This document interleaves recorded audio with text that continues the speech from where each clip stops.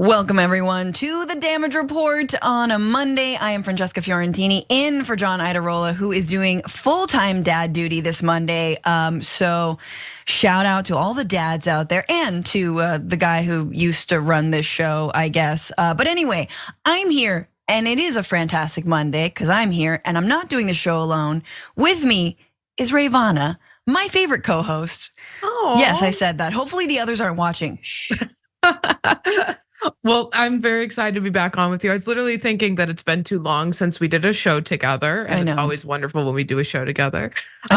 And I'm still, I want to apologize to the audience. I'm still recovering a little bit from all of the January 6th parties I was attending. Hell yeah. Weekend, I had to, go to every abortion clinic within a 5-mile radius to just get as many punches on my punch card as possible, taking my electric vehicle in between the abortion clinics, saving the world. Your Cybertruck. Right. Yeah, we are gonna get into January 6th stuff. Someone was celebrating, I guess, and or just quietly. It's like the quietest Christmas ever. Like, we were all there, but we're still out of jail. In fact, a lot of them are out of jail, and we're gonna get into exactly how much justice has actually been brought on the Jan 6 rioters, insurrectionists, attempted coupists. There's also, of course, a little bit more than a week left to go before the Iowa caucuses. Exactly a week. In fact, Monday, I believe, is when they're happening. So we're gonna get some updates. Trump has a lot of thoughts and we don't wanna hear any of them, but we have to because he is the front runner. And then, of course, the government narrowly avoiding a shutdown. There's not a lot of fun stuff in this roundup, but Ray and I will try and lighten it. It'll be fun. I'm like, there's no mass shootings. Right. Anyone? No? Okay. But if you're watching, you guys know what to do. Like and share the stream right now. Send us your super chats and comments, which ostensibly I'll be reading if I ever get the document open throughout the show. But with all that, Ray, are you ready to get this Monday started? Oh, I am so ready to get this Monday started with you. Okay, cool. Is it a high John 6 or 7, producers? Are we on 7? Are we 6 still? You guys tell me. Okay, 6. All right. We're still doing number 6. All right, guys. Just a little behind the scenes. See, that's what you get when you're with Franny Fio. A little behind the scenes action, from someone who doesn't really know how to do their job. No, with that, a lot of Jan 6 news again in this 3rd anniversary. Let's get to this. You know what they ought to do? They ought to release the J6 hostages. They've suffered enough. They ought to release them. I call them hostages. Some people call them prisoners. I call them hostages. Release the J6 hostages, Joe. Release them, Joe. You can do it real easy, Joe. So there was Trump floating the new line coming out of the GOP when it comes to the folks who participated in an insurrection at the behest of Donald Trump himself, Rudy Giuliani, et cetera, many leading Republicans around the country. Hostages. No, they're not tourists anymore. They're not Antifa. They're not political prisoners. No, that's for, black and brown people. Hostages. Hold that thought. Wonder where we've heard hostages before. He's actually not the only Republican who's floating this hostages line, reflecting on this 3rd anniversary of January 6th. Here is Elise Stefanik on Meet the Press. Do you still think it was a tragic day? Do you think that the people who stormed the Capitol should be held responsible to the full extent of the law? I have concerns about the treatment of January 6 hostages. I have concerns. We have a role in Congress of oversight over our treatments of prisoners. And I believe that we're seeing the weaponization of the federal government against not just President Trump, but we're seeing it against conservatives. We're seeing it against Catholics. Catholics? Okay, I love when people just throw in like right wingers, just the rule of threes, Catholics, sure, why not? But Ray, I wanna get your take before we move on to the actual facts about how Jan 6ers and people who participated in the riot are being treated by the justice system.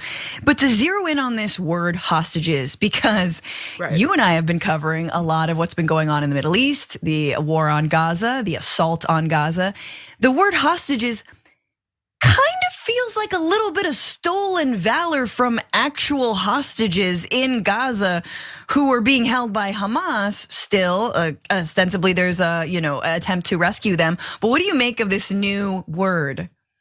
Well, first, I can't get over the claim that Catholics are being persecuted in this country. That took me aback, and I'd seen that clip before, but I guess it just missed me the first time. Catholics? Where?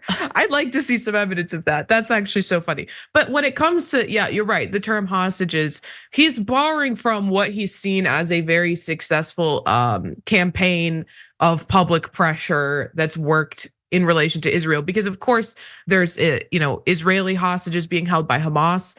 There's also, and what I think is interesting and upsetting here, is there are people being held in prisons as hostages. There are Palestinian men, women, and children who are being held in Israeli jails, not pending charges, not awaiting a trial, not awaiting sentencing. They're just being administratively detained in that country.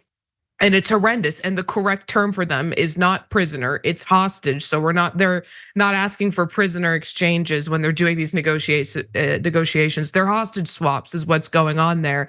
So to see them misappropriate that term and try to apply it to people who, most of them on video and a lot of them openly admitting it on all of their social media, engaged in a violent insurrection. People died. Like January 6th is sort of, I think we're at the point where we can joke a little bit about it, but people died that day. It was violent. They were chanting, kill, hang Mike Pence. They were chanting to kill Nancy Pelosi.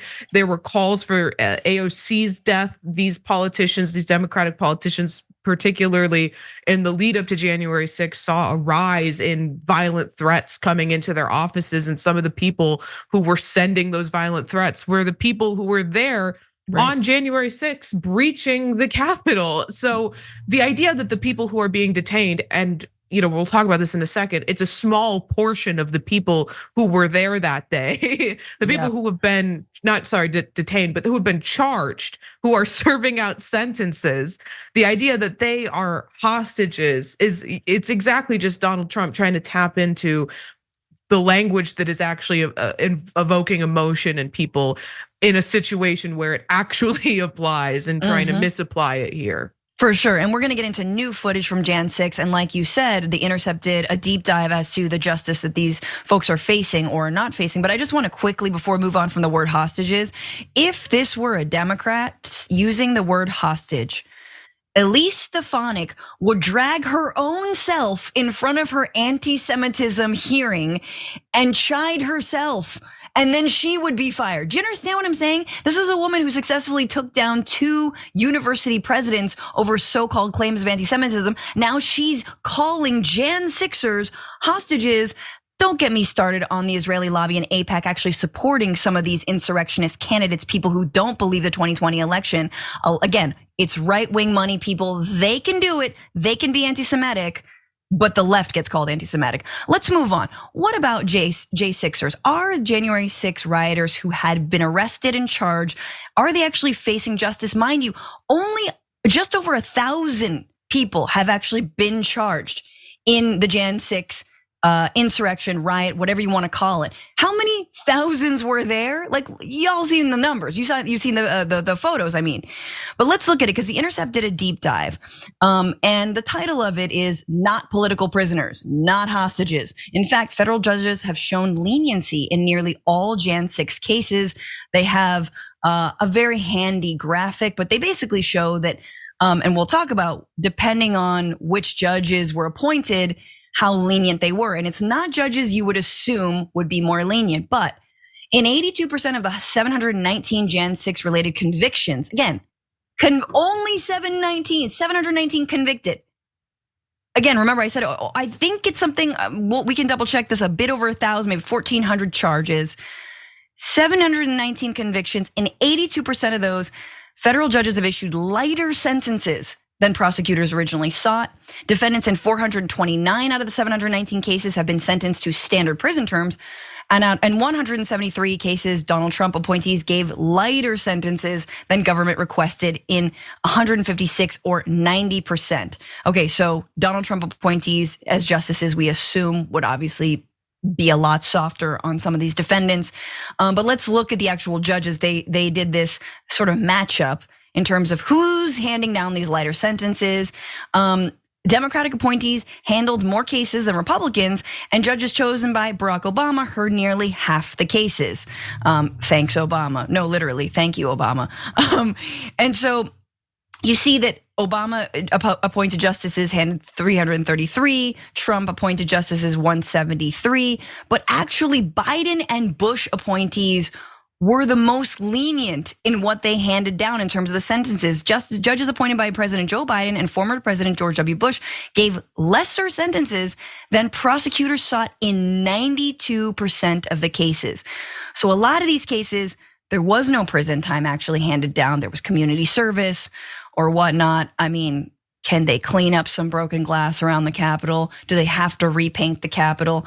Are they allowed to even get within, a spit distance of the Capitol? Hopefully not. But all to say, the narrative that they are being treated better than average prisoners is utter BS. And in fact, again, in all of these instances, and surprisingly, Biden judges are being a lot more white glove with this whole thing, which kind of for me stems from what Merrick Garland initially, when he came into office, was also talking about, which is, gee, I don't want to go too hard on these anti-democratic rioters because maybe they'll think I'm being anti-democratic. I mean, it's just wild. But Ray, I mean, the number of actual convictions is so minimal. And we cannot lose sight of the fact that were these folks anyone else at the behest of any other political cause, how many would not only be charged and convicted, but dead? Right, exactly. And it shouldn't really come as a surprise to anybody, the leniency in the sentencing in these cases. When we look at the demographics of who's being charged in these cases, and I don't just mean their race, but I mean their class as well, because there was a narrative initially pushed in an attempt to rewrite the history of January 6th about who was there that day. And that was that this was the people coming together in an uprising, right? This was a revolution, is even the language that's used by some of the people who were at January 6th.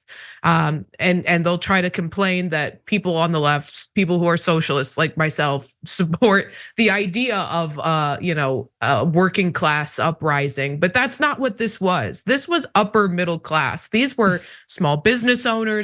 These were doctors, these were lawyers, businessmen. Most of them represent that class group. Yes. And so the judges feel a lot more sympathy towards them than they do a poor Black person who is going to be put away behind bars for a long time for a drug crime or something. These people get sympathy from judges because they look like them and because they come from the same sort of financial background as them, and not to mention the fact that they're able to afford private defense attorneys. They don't have to go with the public defenders in most of these cases, so they get better representation. Not to say the public defenders aren't excellent attorneys, they are. They're just overworked and underpaid and don't have the resources to devote to all of their cases that a private defense attorney does have. So yes, that's why we're seeing these, the leniency in these sentencing and we'll see them make their pleas for leniency in public too.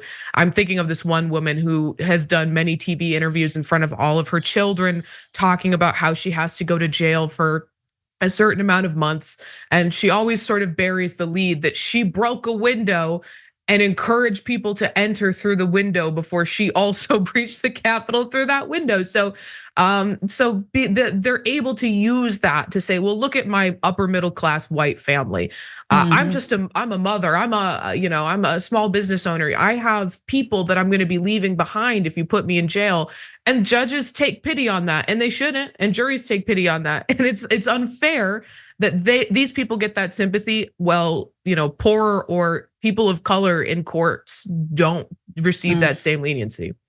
100%. Also, let us remember the Cop City protesters in Atlanta who are currently facing RICO charges for doing things like handing out flyers. That's right.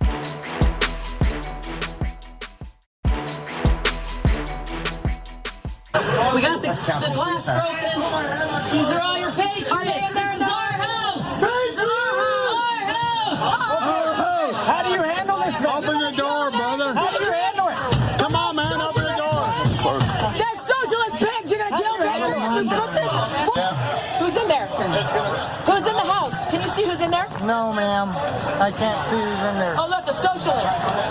Are you getting paid by China? You're all getting paid by China. Come on, you guys, man. You guys are not going to lose a paycheck if we come in the building, man. And nobody's going to get hurt. But you can only kill so many of us. I drove 14 hours to get here and stood in the cold for 3.5 hours to find out that Mike Pence is a traitor, man. Come on, man, just let me coup. I've been here for so long. I was promised a coup. Let me do the coup. I'll just coup a little, then I'll go home. Come on, man. What am I gonna tell my kids? I'm sorry. I know I shouldn't do that accent, but he had an accent like that, so I will do it. That was new footage again by rioter Damon Beckley. You heard a number of things in that. Are you being paid by China? Look, a socialist. We will promise, just let us in, and you're not going to get hurt. But also, you can't kill us all dead. There is more footage where they talk about everyone inside is pedophiles, on and on and on. But Ray, what are your thoughts seeing this new footage and actually kind of hearing from some of the rioters as they're at this sort of, pinnacle moment where they think they're going to break through and they're trying to plead with those inside? Right. Well, first I want to say to him, he says he waited 3 hours outside in the cold for this. 3 hours? Women are waiting outside of Target for longer than that to get Stanley tumblers on TikTok, okay? We're only 3 hours, that's not very long.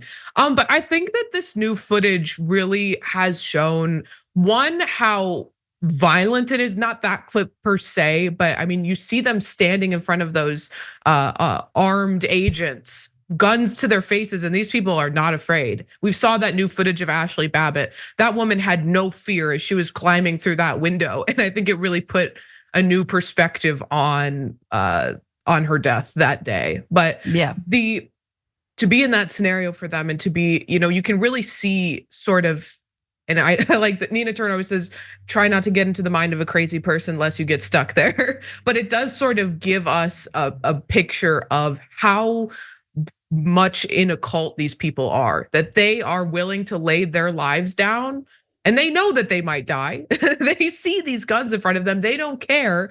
And it's all in service of Donald Trump, a man who could not give a singular crap about the lives of these people. And you see that it's also coupled by their pleas now that some of them are being sentenced. They've been charged, they've been found guilty. The pleas that they've made in the media to the MAGA movement and seen that they don't have support from them. They're being called by the man who inspired this and directly told these people essentially to take this action, that they're actually Antifa, or that they were the deep state working, to undermine MAGA. And these people were literally willing to lay their lives down on the line, or in the case of Ashley Babbitt, actually did sacrifice their life, again, for a man who just couldn't give a damn about them. It's pathetic. Watching this, seeing this new footage, what it leaves me feeling is that these people are utterly pathetic and brainwashed, but it doesn't necessarily make me feel sympathetic to them. I mean, I think that's really important to remember. We need that Ashley Babbitt's death is on the hands of Donald Trump. That's who compelled her to go there and who emboldened her to think that she could somehow get away with breaking into the Capitol building and not face any repercussions, specifically lethal repercussions. But there's just a little bit more we have to get to before we break, because there's more information about the guy who, has blood on his hands from this day and God, so many other days in this country. And that's Donald Trump and what he was doing. And thanks to his former deputy chief of staff, Dan Scavino, we have more information. Details have come now after an ABC News report about Trump's inaction. So sources close to Scavino said, Scavino told Smith's investigators that his violence began to escalate that day. Trump was, quote, just not interested in doing more to stop it. Sources also said former Trump aide Nick Luna told federal investigators that when Trump was informed that then Vice President Mike Pence had to be rushed to a secure location, Trump responded, so what? Classic 9-year-old response. According to sources, when speaking with Smith's team, Scavino recalled telling Trump in a phone call the night of Jan 6th, this is your legacy here, and there's smoke coming out of the Capitol. At times, Trump just sat silently at the head of the table with his arms folded and his eyes locked on the TV, Scavino recounted. Again, like a child. I don't care. Let it burn. After unsuccessfully trying for up to 20 minutes to persuade Trump to release some sort of calming statement.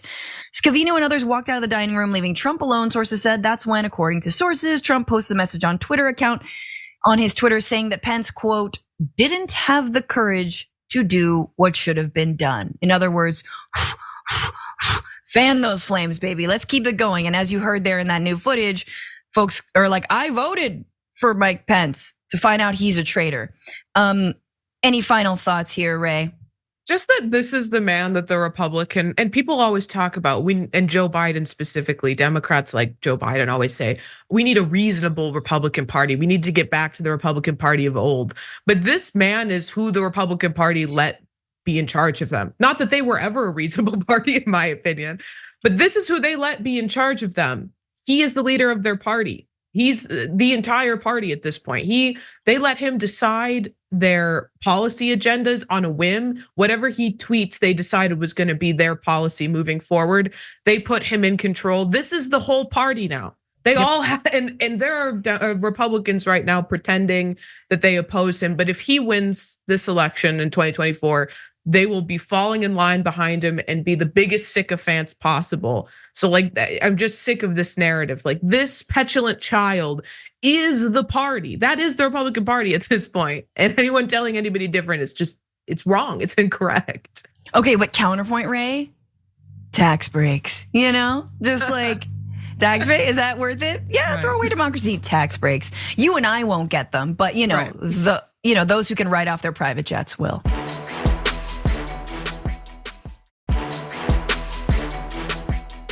And they're saying, oh, Trump owns the Supreme Court. He owns it. He owns it. If they make a decision for him, it will be terrible. It'll ruin their reputations. He owns the Supreme Court. He put on 3 judges. He owns the Supreme Court. If they rule in his favor, it will be horrible for them. And we'll protest at their houses and we'll do all of the things that you see. And that puts pressure on people to do the wrong thing. What they're doing is no different than Bobby Knight. They're playing the ref. I watched that. I said, man, they're really good. They're really good at it. And I just hope we get fair treatment because if we don't, our country's in big, big trouble. Does everybody understand what I'm saying? I think so. Because they'll cover that completely differently. They'll cover that in a much different manner. But I'm just saying it's a very unfair situation. It's very unfair. You see, when I stack the court, that is fair. But when you call me out on stacking the court, that is unfair, and we need to do another insurrection. Does everybody understand what I'm saying? When someone points it out who isn't me, that's when it's unfair. So that is Donald Trump, obviously, still very mad at Colorado and Maine for taking his name off the ballot, for inciting a coup, an insurrection, and giving a lot of comfort to insurrectionists in this country. Here he is telling a crowd in Iowa, as we are on the precipice of the caucuses, or the main caucus that matters, that just don't pay attention to how they're gonna cover it. But if they rule against me, big, big trouble. But if they rule for me, it is fair. Okay? Everyone got that sort of logical dissonance in their brains? You guys all believe in lizard people? Okay, cool. So this also comes as Donald Trump, it's sort of significant, but we'll talk about it. He didn't sign this Illinois pledge to not overthrow the government, which when you put it like that, sounds bad. So Illinois has this loyalty oath that every election cycle, they ask candidates basically, hey, don't overthrow the government. It comes from the Joseph McCarthy era. Illinois lawmakers have preserved it. And it's just kind of a like, hey, don't do this thing, even though you've definitely done it. In fact, Nikki Haley and Chris Christie haven't also signed that loyalty pledge, but it hits a little different when it's Donald Trump, who does have a track record. And in fact, in 2016 and 2020, he did sign this Illinois loyalty pledge. But back to Iowa. This is let's go back to Iowa, because obviously DeSantis somehow no longer a factor. Nikki Haley, however, still a bit of a factor, still a pretty big factor. And Trump is going very hard in the paint against who he sees as his most formidable foe. Take a look. Nikki Haley has been in the pocket of the open borders establishment donors her entire career, and she's a globalist. You know, she likes the globe. I like America first. She likes the globe. She probably thinks it's round. So I love when you hear Trump sort of like riff and use his own words versus reading the teleprompter, where Stephen Miller has clearly just written his 2024 redux of Mein Kampf for him. Like he's like, she's a globalist. She likes the globe. Anyway, those are my own personal thoughts on that. But 8 days out from this caucus, obviously Nikki Haley's chomping at the bit here, is polling second in the state. I believe, yeah, all right. It's polling second. And Trump has also released a new attack ad against Haley, which is another piece of evidence that they're kind of scared of her. Take a look.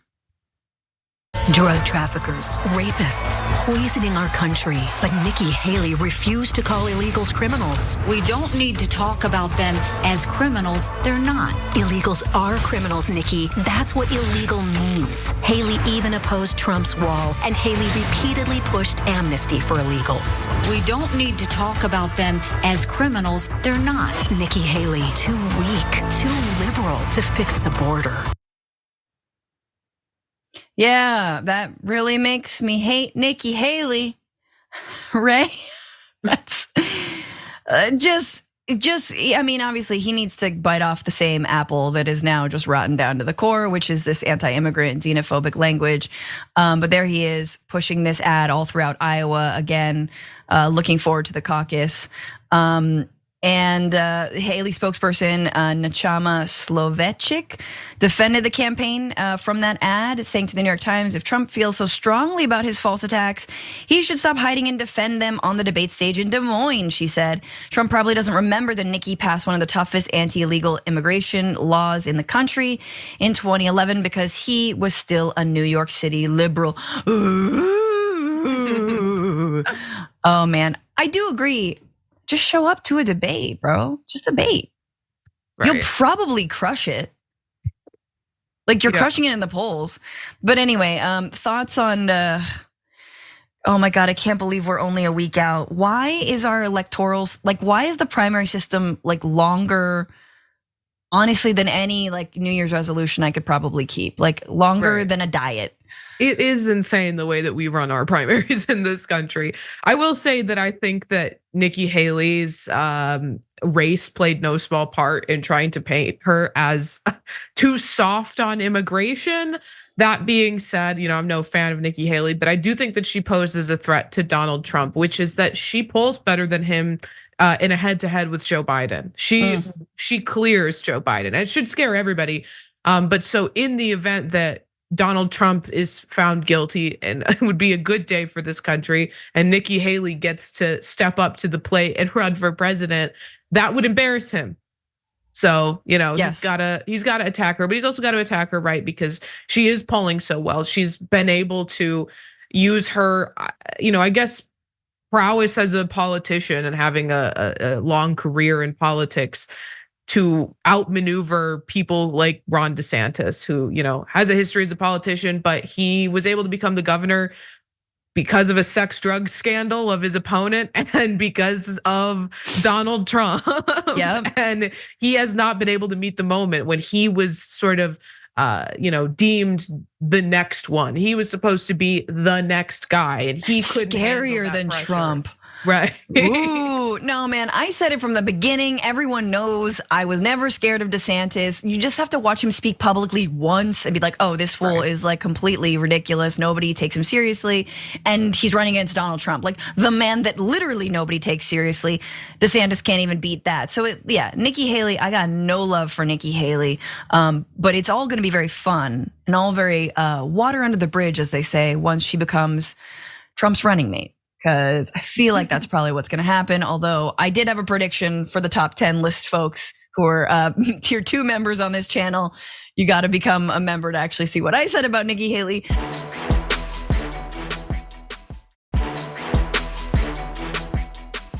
But there's more. Over the weekend, Donald Trump went on many a long rant as he campaigned in Iowa ahead of the caucus. But this one was special. Special in that it had that je ne sais Nazi quality to it, a very Confederate-like quality. Here are Trump's thoughts on the Civil War. I don't know what it is. The Civil War was so fascinating, so horrible. It was so horrible, but so fascinating. It was, I don't know, it was just different. I just find it, I'm so attracted to seeing it. So many mistakes were made. See, there was something I think could have been negotiated, to be honest with you. I think you could have negotiated that. Abraham Lincoln, of course, if you negotiated it, you probably wouldn't even know who Abraham Lincoln was. He would have been president, but he would have been president. He wouldn't have been the Abraham Lincoln. Would have been different, but that would have been okay. Okay. What are you actually saying, sir? Like, what do you act like? How do you think the Civil War went down? Number one, and what are you saying it would have been okay if he had negotiated? What I'm hearing, maybe everyone else can pick up the slack. I'm hearing is, hey, maybe don't free the slaves. Hey, maybe like don't get the South to surrender, because mind you, the South, the Confederates wanted to just have an agreement, a truce. And Lincoln's folks were like, no, see, that's not the way war works. You surrender because you lost, okay? Then we free the slaves. Everyone good with that? And they were like, fine, I guess. Is that what happens? Should we keep fighting? No? Okay, that's my version of history, and I think that's what happened. But this is Trump saying he's attracted to it. He's attracted to it. Before I get to you, though, Liz Cheney's just sliding in right before you. I apologize. That's very rude. I never got way more love for Ray than Liz Cheney. But Liz Cheney writes, which part of the Civil War could have, quote, been negotiated? The slavery part, the secession part, whether Lincoln should have preserved the Union? Question for members of the GOP, the party of Lincoln, who have endorsed Donald Trump. How can you possibly defend this? I agree with most of that except for the party of Lincoln. Girl, we know you guys flip sides, you know? Specifically because of institutionalized racism in this country. Come on now. Come on. Stop saying you're the party of Lincoln. But Ray, he's a Confederate. Like, I don't know what else, what other proof do we need? Right. No, I mean, that's an insane thing to say. And I think at the core of what he was saying was, if I was president, then I would have been smarter than Lincoln somehow, is what he's trying to insinuate. And I would have been able to do it without fighting, but also there would still be slavery. If Donald Trump was president at the time, slavery would have endured for some amount of time. Yes. Which is like a weird thing to brag about, but it's exactly like Nikki Haley refusing to say that the Civil War was about slavery, which, like, to Donald Trump's credit, he did admit, but more as an attack on Nikki Haley than anything else. But her refusal to say that was to pander to her base, which is the same reason why he's saying, like, we could have negotiated it. He's pandering to his racist, Southern base, the base of insurrectionists. And Donald Trump loves insurrection. And what was the South if not, treasonous insurrection at the time of the Civil War? Absolutely. And it is the legacy of, I think, the unhealed wounds of that Civil War that we are still dealing with today. And I don't mean unhealed wounds like we should have, been kinder to the Confederates. No, it was that they actually were not punished enough. There was far too much backpedaling. The abandonment of the Reconstruction after the Civil War that led to things like Jim Crow, that led to things like lack of voting rights, and of course, massive racial discrepancies and institutionalized racism we see today. A million reasons why what you saw on January 6, 2021 is 100% the legacy of the Civil War and the Confederates. And the fact that there is literally a constitutional amendment written to prevent against folks who incited insurrections like that from holding office. It's all you need to know, people. It's good on Maine, good on Colorado, and we will see.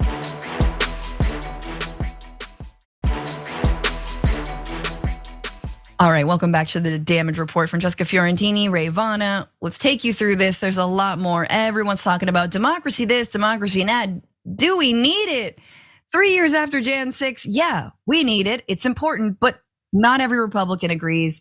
Take a look at this.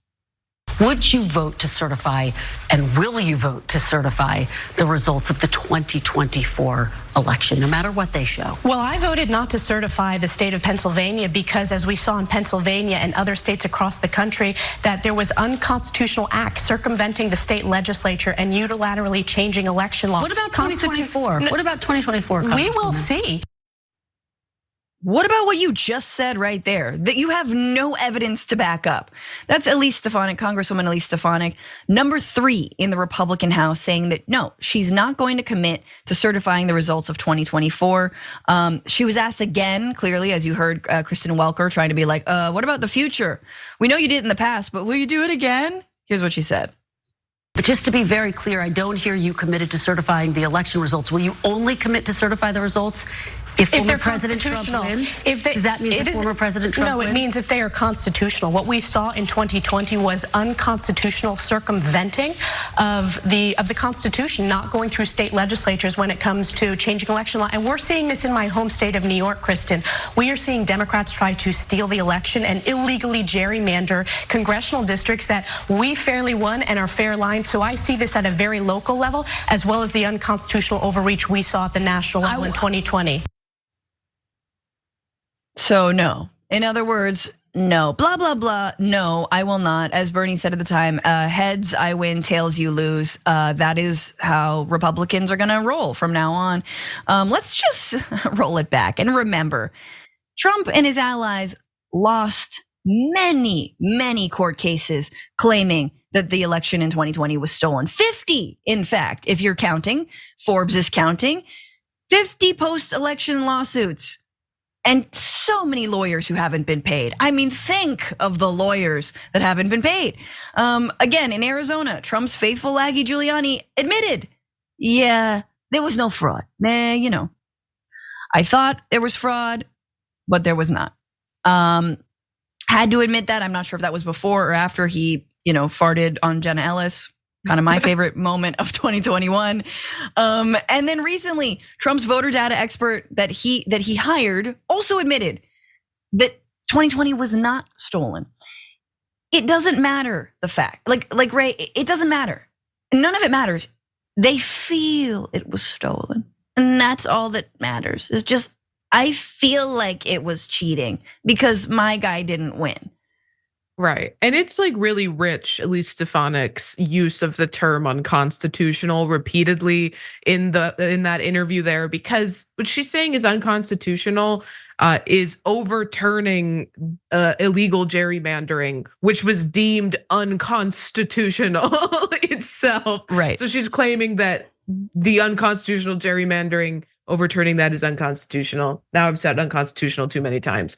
I will say that I think that she's good evidence that the Republican Party and Donald Trump are existential threats to democracy in this country.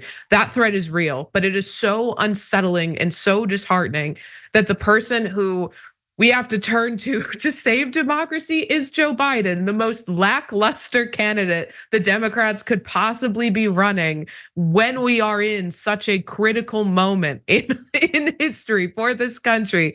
We literally have a party that says we will just steal the election. They did it with George W. Bush through the Supreme Court. Now they are gonna do it through shadier means because the courts aren't siding with them this time.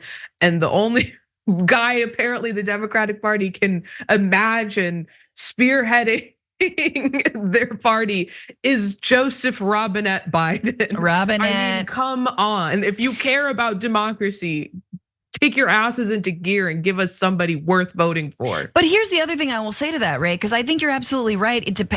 I've been, railing about like how weak Joe Biden is, especially now with his handling of Gaza and Israel. But on top of that, winning is not enough. Do you know what I'm saying? And so setting us up for the fact that, because ostensibly Republicans are saying it's only good if I win. But actually, Democrats are also saying that because they have no real plan for safeguarding our electoral process. They have no propaganda, if you will, like a PR push to tell you actually what happened in 2020. Tell us about those 50 cases that Trump brought and lost. Tell us about actually how the electors work, how state legislatures work, how voting works. Do you know what I'm saying? Like, so that if Joe Biden does lose, that's all we've got. We're going to cry, foul play as well, without actually helping us understand, and especially some of the lost souls to MAGA, helping them understand, no, you cannot subvert a democratic process. Trump couldn't in 2020. You know what I'm saying? Like, we cannot only rest on winning. There is far more at stake. It's much deeper than just winning, which I feel like folks have tunnel vision about. But anyway, I digress. We got to move on. There's more important news because, guys, Congress has done a job. That's right. In fact, their only job, which is funding the government, making sure it doesn't shut down. So they did that. That's great. Yesterday, there was an agreement reached that averted a government shutdown. Just overall, we are looking at a $1.66 trillion budget. That is $886 billion for defense and $772.7 billion. Ooh, almost as much for non-defense spending. So that's how our militarized America works. You're gonna kill someone, you're gonna not kill someone. I love it. Within this, the aid to Israel and Gaza and Ukraine and Taiwan have actually all been separated out. Democrats seem to have compromised, and Republicans are pissed about their compromise. We'll get into that. Democrats compromise.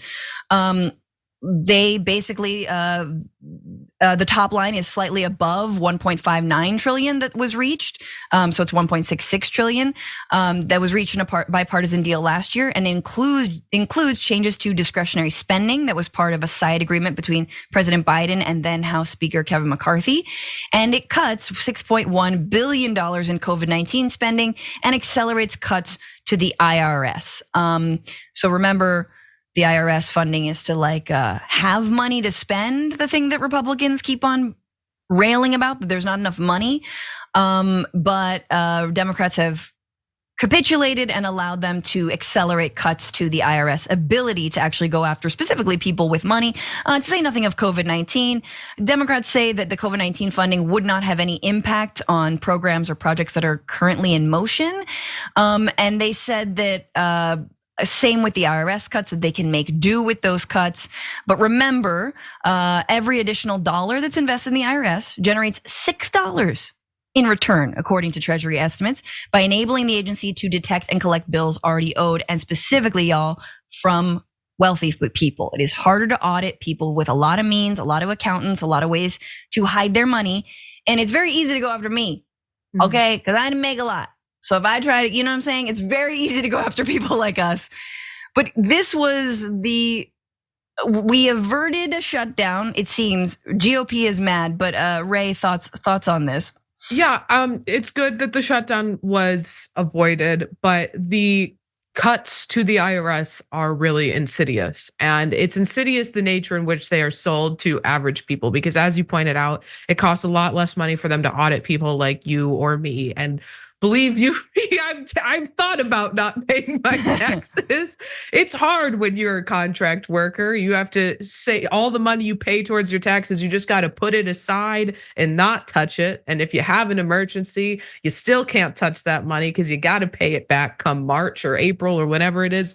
But it's sold to regular working class people as though it's good for them, when in the reality is they make more money, as the figures pointed out, when they are better funded, because they're able to go after those high earners who are actually avoiding paying meaningful amounts of money in taxes. Right. So instead, when the IRS is underfunded, it actually increases their likelihood to go after low income earners. And so it's really insidious to the way that the Republican Party and the Democratic Party, to some extent, has sold this as a good thing for the average person and try to stoke the fear of the IRS in, low income earners. Yeah, and it's once again sort of chipping away at Joe Biden's presidential platform. I mean, part of it was funding the IRS, and he sold his own platform down the river. I mean, I don't even Build Back Better. They don't even say that anymore. So now again, they're gutting any changes, which was to fund the IRS more. Still,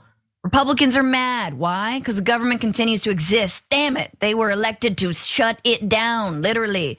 Just get money and shut it all down.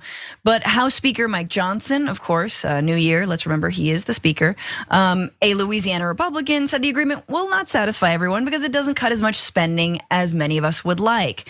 But he touted it as the, quote, most favorable budget agreement Republicans have achieved in over a decade.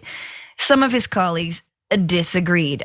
Representative Matt Rosendale said, unfortunately, there are only microscopic concessions made by the DC cartel in this new spending deal compared to the hundreds of billions of dollars it is costing Americans from illegals crossing our border and the imminent national security threat it presents. Yes, that's where our money is being wasted, the border. Weren't you the guys who wanted to send more money to the border? Isn't that what's going on? Yeah, in fact, that's why they're pissed, because all of the border funding was not attached to this new sort of continuing agreement to fund the government. The House Freedom Caucus tweeted, "It's even worse than we thought. Don't believe the spin. Once you break through typical Washington math, the true total programmatic spending level is 1.658 trillion, not the 1.59. This is a total failure. You don't care. Okay, then pay more taxes, homie. Pay more taxes. Don't write off your jets, all right?" While they were arguing, congressional leadership is trying to obscure the actual spending numbers with side deals and accounting tricks. That's what they're saying. Republican Congressman Bob Good said Republicans agreeing to spend levels $69 billion higher than last summer's debt deal with no significant policy wins is nothing but another loss for America. At some point, having the House majority has to stop funding this spending with an open border. Yeah, but they got it passed. Do you know what I'm saying? They did it. They did what Kevin McCarthy couldn't do. They did what clearly Jim Jordan or Steve Scalise or any of the other, hoodless Klansmen couldn't do. He did it. Yeah, he's a psycho who went to the border over the holidays and got mad at women trying to seek a better life for their families and escaping cartel violence. But yeah, Ray, before I kick it to you, I think if there's one graph that needs to open 2024, it is ProPublica right here showing you the deficit, the debt the Republicans keep on railing about and who increased it and by how much. So here you see Obama, you got the debt slowly going up, which it does, of course. You have the stimulus budget on the left-hand side, candidate Trump over here before he is elected. Then, Trump signs the Tax Cuts and Jobs Act, a little bit of a continued increase. And then the COVID-19 pandemic, and boom, there is a massive increase in the debt. But honestly, I would argue, who knows? I don't know how to read exactly. I don't know how to read graphs, guys. I don't know what lines mean, but here's the thing. It went up dramatically under Trump. And yes, it had to do with the amount of spending that we did under COVID-19, which BT dubs, remember who disproportionately got PPP loans. It was middle and upper class people. It was business owners it was millionaires and billionaires who don't have to pay it back. Meanwhile, you and I, student loan debt. But also, again, it was that massive $1.9 trillion tax break. That was the Tax Cuts and Jobs Act that disproportionately and in fact only helped the wealthy. Ray, I'll give you the last word here. I'll just say it's funny to see these Republicans crying out, lashing out about this deal because they were really coming into this negotiation from a place of extreme weakness. The turmoil that the Republican caucus in the House has gone through in the past year is hysterical, but also has significantly weakened their ability to negotiate this budget. So they are crying about not getting a better deal. I think the Democrats could have gotten a better deal because again, they're negotiating with this party that had so much turnover, the Speaker of the House and then Matt Gaetz's whole debacle and everything that they've had go on this year significantly weakened their strength. So for Joe Biden to honor the agreements he made with Kevin McCarthy to some extent is laughable. You come back to the table and you throw down the gauntlet. He's not in power anymore. Exactly. Right. Who are you doing this for? Honor. No, you're one. That's such an important point. But anyway, yay, we live to fund the government another day. More money for more wars, of course. We got to take our break, guys. If you're on linear, we'll see you another day. But if you're on YouTube, there is much more in the aftermath. So do not go anywhere.